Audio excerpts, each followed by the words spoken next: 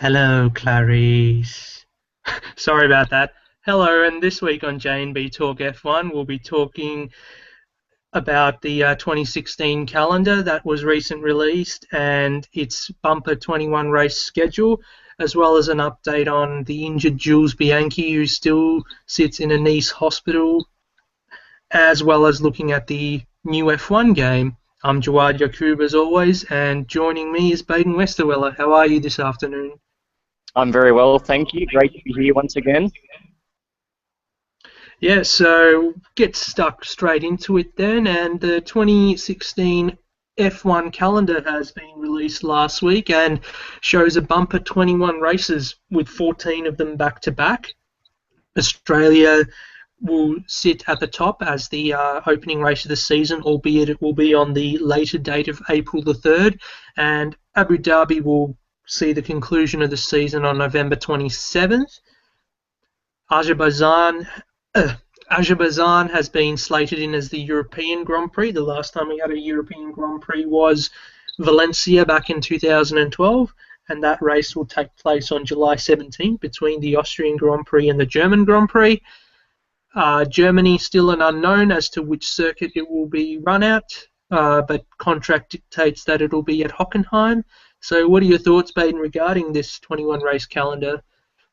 Obviously, they moved it in early April, and we had the league draft calendar come to light, and it seems to have changed very little in that time. We've pretty much just got that confirmation now that the season will have its latest commencement point in many years with the Australian Grand Prix, the traditional curtain raiser, now taking place that first weekend of April, which does coincide, in fact, with the conclusion of daylight savings on the Sunday, which what a coincidence. It will be very convenient for the European audience, which is all that one Bernie Eccleston really seems to care about. So there we have it on the 3rd of April, and then they're straight off to China a week later, and that too raises some questions. It's not exactly a short haul to get there within a week to start off the season, and as we said earlier, there's 14 races which will essentially be twinned together out of the 21. So 2/3 of the calendar will feature back-to-back races, which is quite unprecedented.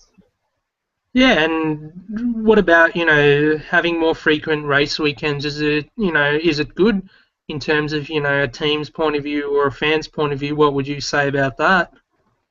I'm all for it. I think all these breaks that we have, especially at the moment when we've got this abyss of one event in 7 weeks, I can't stand the thought of it. But the prospect of now having 14 races where we're going to have one Sunday to the next, looking forward to a Sunday evening or Sunday afternoon, whenever it might be on the couch, it's nice. And even though it might put the pinch on the personnel and teams at the time, I'm sure that this extra one or two races, which will end up being an addition on the current calendar, it'll be managed in the end, and I think really the fans will enjoy it and embrace it. Yeah, and we'll be able to, because it's been for several years now that the consensus has been that there's going to be 21 races with New Jersey a couple of years back as well, if you recall. Being slated in at one point, I think, for the 2013 calendar before that was taken off, and that would have been a 21 race calendar as well, but it didn't come to fruition. So finally we'll be able to see how 21 races is actioned by the teams, especially with the short turnarounds they have. And yeah, well, from a fan's point of view, viewers' point of view, it's good, having more frequent race weekends. But going back to what you were saying before about one event in 7 weeks, this weekend coming up was supposed to be the German Grand Prix before it was cancelled, and I just had a bit of a thought yesterday actually regarding this. Would it have been good to perhaps slot in a testing weekend in place of the German Grand Prix? Oh, well, obviously, we've seen this trend of bucking the testing in season, but it would be a good idea, I think, especially when you've got this break where nothing else is really being done, to get them out there and get that input and data. We saw at Austria they had that 2-day test following the Grand Prix on the previous weekend, and that obviously helped several of the smaller outfits with their long-awaited updates, notably Force India. And for Germany being this event which was on the calendar initially, it might have been a nice way for the locals there to get their fix of the adrenaline for this season.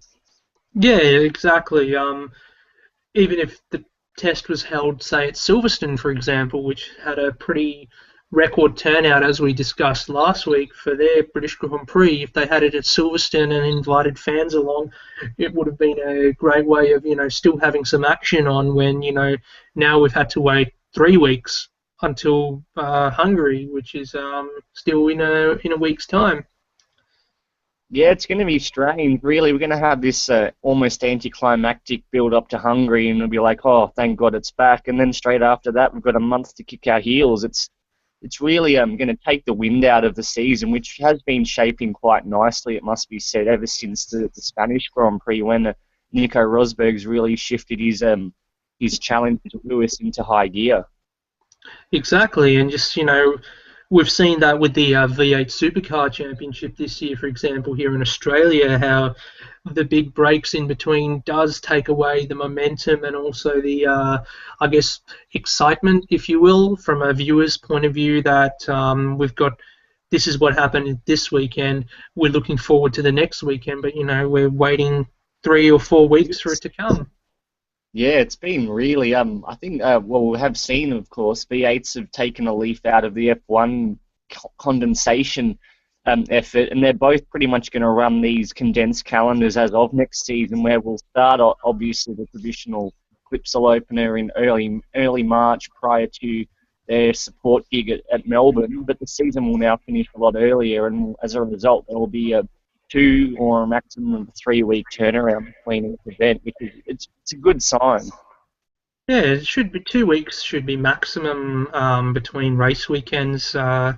Going over that is just with F1, as we've seen, as we're experiencing at the moment, right now we could be here previewing the German Grand Prix. That's what we would have done on our Wednesday edition, but instead we're not. So it does take away from that momentum. But going back to a point that you've made before, do you think the 2016 Italian Grand Prix will be the last visit to Monza amongst Well, all the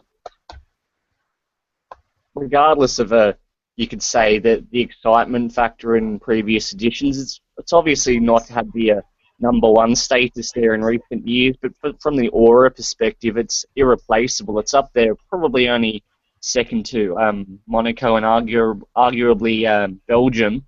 So for it to be a loss for the calendar, it really would be a shame. And of course, there's been this notion discussed of an alternation method with the old Imola Grand Prix, which was last on the calendar in 2006. Whether this is the only way which we can get our fix of Monza on a biannual basis, then I guess it's better than nothing. But regardless, it's one of those real pinnacle events, which would be a shame to see it missing from the calendar. especially if it's at the expense of one of Bernie Ecclestone's oil-rich or whatever money-rich venues that he's bringing in on a annual basis. Although Mexico, about Qatar.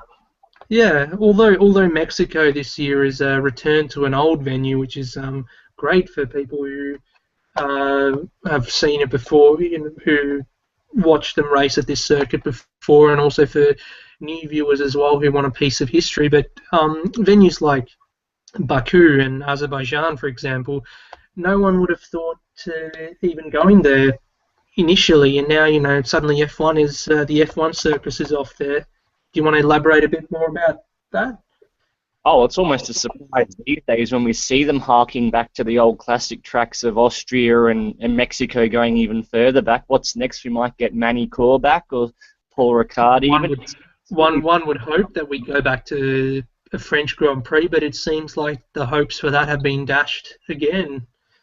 Yeah, I think as it is these days, Monaco essentially represents the French Grand Prix in their own principality. That's as close as we're going to get to what is the birthplace of motorsport, but that's lost to the commercial interests which reign supreme in the thinking of pretty much today's operations for F1. It's all dictated by what's going to bring in the greatest income, not what the fans want and what the history and the sentimentality attachments might be. exactly. But yeah, so 21 races in the end. Yes or no? You say yes, I say yes. So we can't wait then for 2016. Yeah, well, it remains to be seen. Naturally, every year we almost get the usual one race off the calendar which is removed, so it wouldn't be a surprise to see it paired back to that even round 20, which wouldn't be a bad thing. 20's been done once before, and that was a great season as it was. But if we do end up with 21, I don't see any reason why it can't be managed. Indeed, and if we do have the 21 races, only that will show us, whether the teams can manage it or not. But anyway, moving it on now, and not, probably not the best news that we wanted to bring out this week, but there's been an update on Jules Bianchi's condition. It's been almost more than 9 months, if you will, than that fateful day, October 5th, 2014, at the Japanese Grand Prix, where he had his horrific accident. And the prognosis, it seems, remains the same. He's still in a stagnant condition in hospital in Nice, and his father, Felipe, has come out and yes, gives an update as he does every few months, and he says, yeah, the condition is still the same. And what do you have to say regarding this, Baden?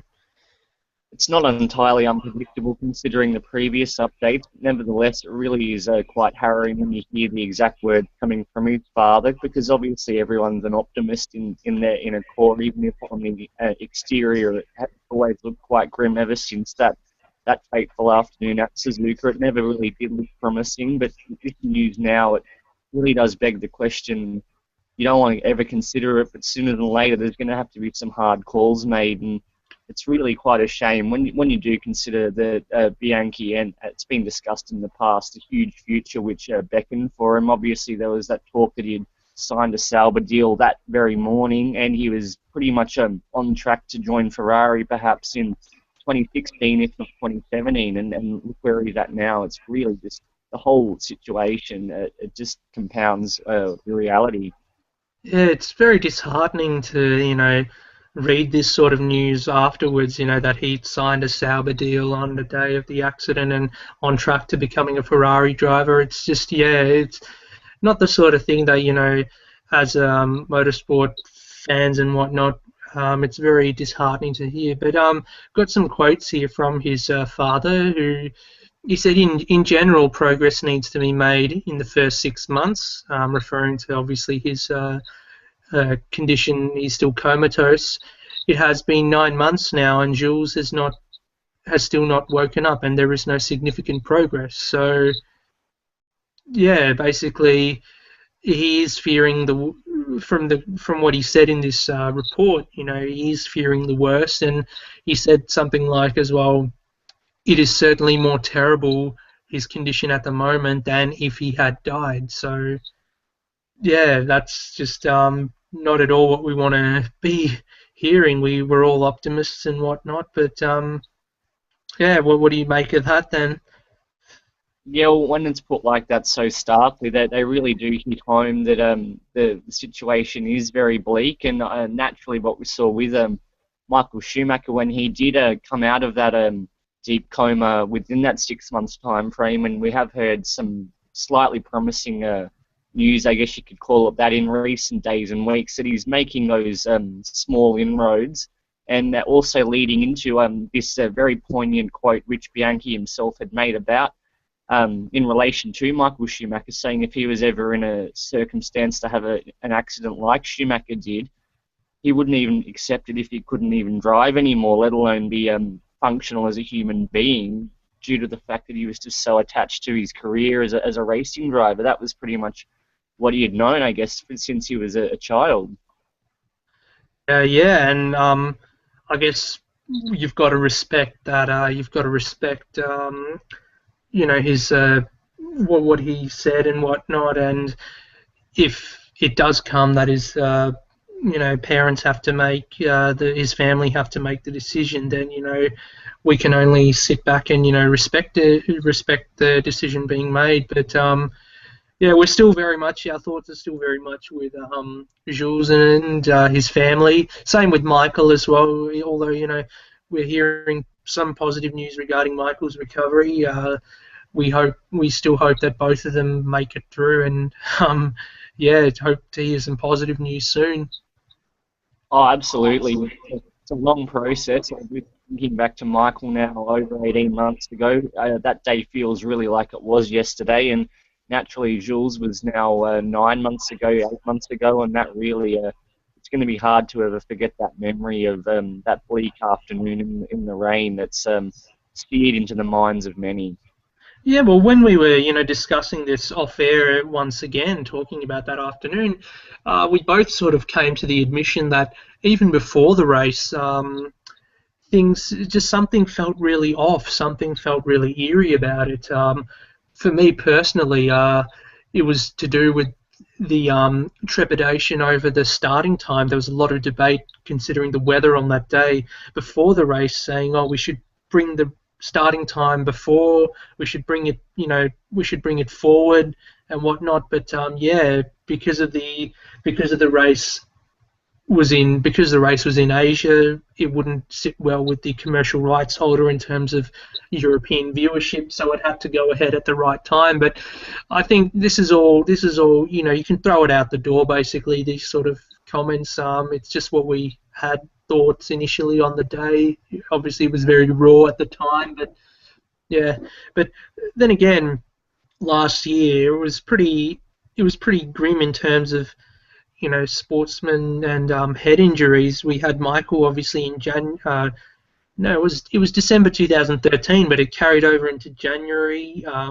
You had Jules' accident in October, and then going off Formula One in late November, we had the tragic death of Philip Hughes in cricket, being hit by a bouncer in a Sheffield Shield game, and yeah, he didn't come through, which was very sad to hear, considering he was still pretty young as well and in the prime of his career. Well, obviously, all this pales in comparison when it comes down to these kind of predicaments, as much as the sport rallies and the community which it entails come together very deeply with their connection to these individuals. It's a reminder that they're all mere mortals at the end of the day, and really, when you see someone like Schumacher who achieved so much, we saw Jules Bianchi who had so much at his feet, which was obviously going to be salvaged the following season, and Phil Hughes too looked like he was really on the way back to stardom after a few years in the wilderness. It really did. All three of them struck the community very hard. Exactly, but we'll move it along now, and as you all know, Formula One 2015, the latest iteration in Codemasters uh, video game franchise, has come to fruition last week, and naturally, I have spent quite a bit of time on it. Oodles of time, as Jawad and I Hannibal, have not. yeah, oodles of time, as Hannibal Lecter would say. Oodles. But yeah, I'm quite disappointed that Baden couldn't get his hands on it. We were supposed to actually, today we were supposed to be on location with this podcast. You were supposed to try out the game and then would come on air, but unfortunately, due to circumstances beyond our control, that was not possible. But yeah, from what you've heard, Baden, so far, have you got any thoughts to share on it before I crack into it?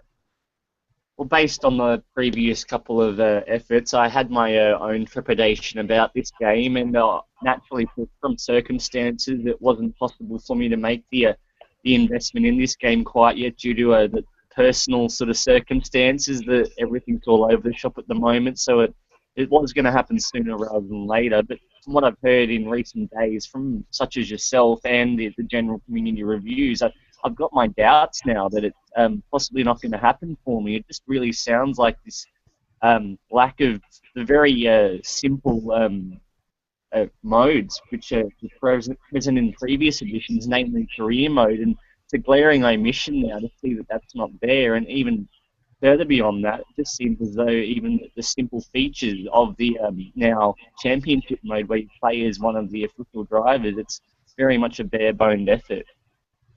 Exactly, and before I get into, I'll give you guys a couple of pointers now, but there's also going to be a written review that I will publish later on this evening. Well, by the time you guys see it, it'll be evening anyway. But yeah, and I'll put the link in the description for you guys to read. But I've split it up basically into 3 sections. So taking a look at the physics, the visual and audio aspects, and also the gameplay. Physics-wise, I thought it was a significant improvement on the previous effort. The Codemasters did say that they were going to be building the physics from the ground up again, and you can really see that it shows in the game. The playability, I've pretty much been relegated back to playing with a controller, as I don't have a wheel with the Xbox One. You did with my PC, which I played all the other games on, but with the Xbox One, I don't have a wheel. But I have to say, playing with a controller is actually it has been better than it has with previous games. The steering is a lot more sensitive, which is a bit like you'd expect with a wheel, and also the impulse triggers provide more feedback in terms of the edge of when you're on the edge of grip, you understeer and you oversteer as well. So I guess that creates a bit more parity with wheel users, but indeed, just with the controller alone, I'm getting a lot of good feedback with that. Wet racing as well as looking great, the rain effects look great. It is a lot more challenging now to drive in the wet. You have to sort of be careful your car doesn't dance around a lot, even coming down a straight. In previous games, it was more an annoying necessity to drive in the wet, whereas now it's a real challenge which you really have to focus on. So that's the physics covered. I think physics will get a tick from me. Visuals, as I said, I'm playing it on the Xbox One, and they're okay, not the greatest. I've played games like Forza Motorsport for a long time, Project Cars even I've seen on the Xbox, and they look really, really good. I think F1 still needs a bit of work, and the fact that it doesn't run at a full 1080p at 60 frames per second is also a bit of a letdown, considering Forza Motorsport 5 and the upcoming Forza Motorsport 6 do run it native. But yeah, visuals-wise, plenty of bugs and glitches, I have to say, Baden, and some of them I've encountered myself now as well. One of them was, I think I put a picture of this onto the Facebook page, where after a pit stop, this was Barcelona, I think, after a pit stop I came out, and the tyres that they put on suddenly weren't there. So I was driving a car essentially without tyres. Everything was fine, the handling was still... Sorry? As Ron would say to that, we've used it quite often as a recurring theme in our podcast. He would beg the question, where's the consistency? Where's the consistency? You can't be right. You can't drive a car without tyres. Needless to say, I still won the race, but yeah, just a visual bug like that. And also this issue of double stacking I'm finding now. In previous games, if you had 2 cars running behind each other from the same team, even at 25% race distance, there's always a 2-lap window for making a pit stop. In this game, it seems that the rival teams always pit on the same time. So, say for example, I'm in the lead, playing as Valtteri Bottas, obviously because I can't play as my own character in career mode, because there is no career mode. Yeah, I'm a bit upset about it, just a bit. But yeah, I'm Valtteri Bottas running in the lead, got Lewis Hamilton, Nico Rosberg behind me in the 2 Mercedes. We come into pit, say lap 7 for example. They both come in. One has to wait while one takes service. Why can't the other guy just pit on the other lap? So that's just an annoying issue that I thought that it would have been ironed out before the game was released. This is the 7th game that Codemasters have released with the 7th F1 game that they've released. These sort of issues, we shouldn't see them. Well, I was asking you off air prior to this podcast, this notion, in my mind anyway, I did put it to you last night, in fact, that this game, in my eyes, is a souped-up demo, you could call it. It lacks the most fundamental features, which have been a staple, and now it just seems as though it's pretty much you just get in the car and race, and at the end of it, there's no satisfaction to be gleaned. And as I say, Well, if it's considering if Codemasters want to treat it like it's a demo for 2016 or what have you, um, we're not going to, the consumer or whatever, the player is not going to think of it as a demo because they still have to pay full retail price for it. And this is, I mean, as much as neither of us play video games these days, it is a sad reality to see that a lot of games are being released still with many problems about them, a lot of bugs. I mean, this new Batman game, for example, that came out a couple of weeks ago was pretty much bug laden. It was unplayable even on the PC. So yeah, just developers have got to get their act together and release a game that works. If they need beta testing, do the beta testing. There's probably a whole community of fans out there who are willing to test the game for free, just to get an early look at the game. They can test the game for free and iron out all these issues. it But does anyway,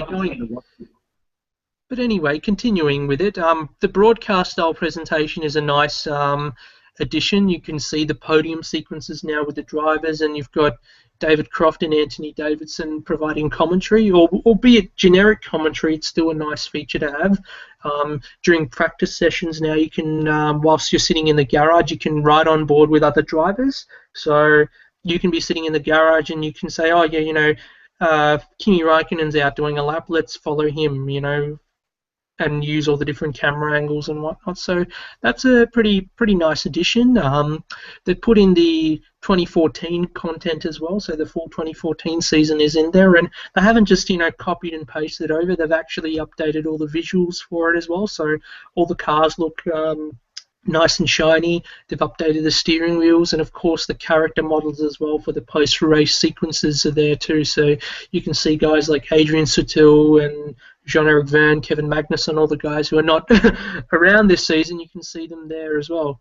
But overall, I have to say, whilst there are some improvements such as the physics and the visuals and whatnot, it still lets down in many areas, which the F1 games have become accustomed to in recent times. Whilst one thing is good, the other thing isn't.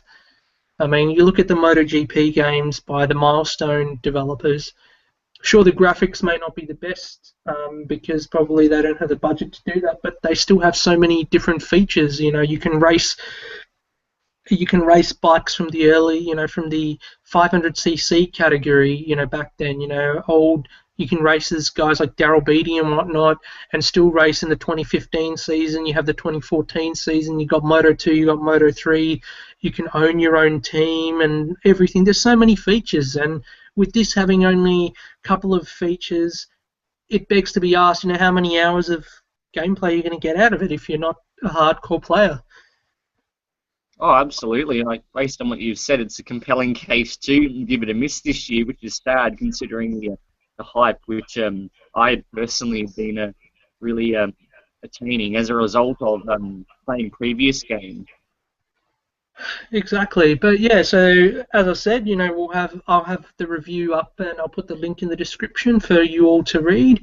But yeah, moving it on now, and a trip down Nostalgia Street this time, keeping it on the F1 game topic.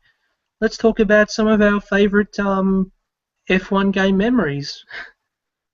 Yeah, there's been a few throughout the years, going back as far in our generation at least, as the PlayStation 1, probably Formula 197 is the earliest in my memory anyway, and who can forget in that one Murray Walker's classic Murrayisms when he was like, that's a strong hit with the Armco, and Martin Brundle, you're right there, Murray, and all those generic quotes which came in, and to that end, even though it was only in 97, for its time, the physics and general gameplay were classic. You'd almost put it up there relative to its time. With some of the current efforts, especially with 2014 lacking so many features, it's almost a comparable kind of link between the two games. When it comes to enjoyment factor, you'd probably choose the former. Exactly, and because obviously the former would have, nostalgia value to it as well. It's just, it seems gaming in general these days doesn't deliver that same nostalgia that it used to, and especially with the racing games. I mean, Forza Motorsport, for example, and these other PC sim races such as Assetto Corsa, Project Cars, iRacing and such, whilst they're really good technically, they still give that feeling of nostalgia, feeling of ownership. Whereas, and this is something that I hold a lot of sentiment towards in the old Codemasters games for F1 is the career mode, and the fact that you're racing with your own name or someone else, you make up a character, you feel like you're racing vicariously through them, not just racing as one of the official drivers. Since the 2011 game, no 2012 game, I started documenting on all my characters' results and sort of weaved a narrative out of it. And I know you had a lot of fun doing this as well whilst playing 2010.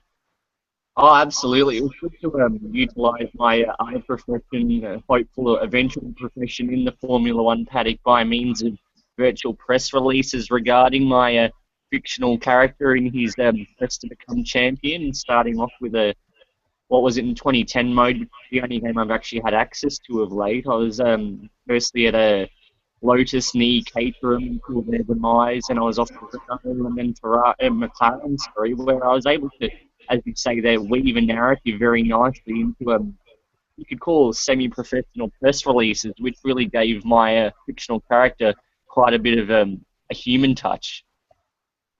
Yeah, and I think, as I said before, having that, your own fictional character is a lot more engaging.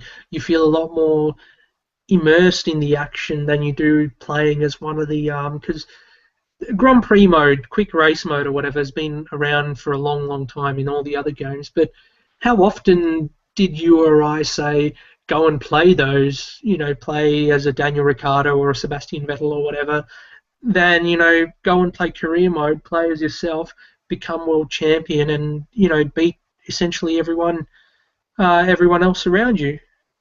Oh, I could count the number of times on my hand across the entire 2 or 3 generation from what 2010, pretty much what. Yeah, it'd be 2010 because there was the career mode, of course, in Championship Edition, which we will mention shortly. But 2010 to 2014, I can really not remember too many instances where I buckled up as an Alonso or a Webber or even Michael Schumacher, my childhood hero. It was just straight down to career mode or maybe a time trial, and that was it. Yeah, and I certainly enjoyed the fact that Lewis Hamilton was the Lewis Hamilton AI since 2012 has been at the mercy of my character. First, I took his McLaren seat in 2012, became world champion, and then in 2013, in the narrative that I weaved, he returned after being his sabbatical away from McLaren. He returns with Mercedes. He is at the mercy of his teammate Rosberg there, and similar thing happened in the 2014 game as well, where Hamilton was beaten by Rosberg. Hamilton only won the single race in the season, and Rosberg won, I think, 3 races, and then my character won like 9 or something. So, yeah, Hamilton, certainly bullying Hamilton was a fun part, and you don't get that same feeling when you're playing as one of the drivers. Oh, not at all. It's as much as going back to the early editions. That was what you were restricted to. After you've had so much exposure to getting to have that creative license, playing as yourself, and becoming a champion, which you aspire to, obviously, as a child, and you don't get that chance. So you want to achieve it, as you say, vicariously through the game. And now you go back to this being any old character. It's not the same in any respect. Not at all. And you're talking a bit about Championship Edition, which was probably one of the most, I guess, successful games in the Formula One franchise.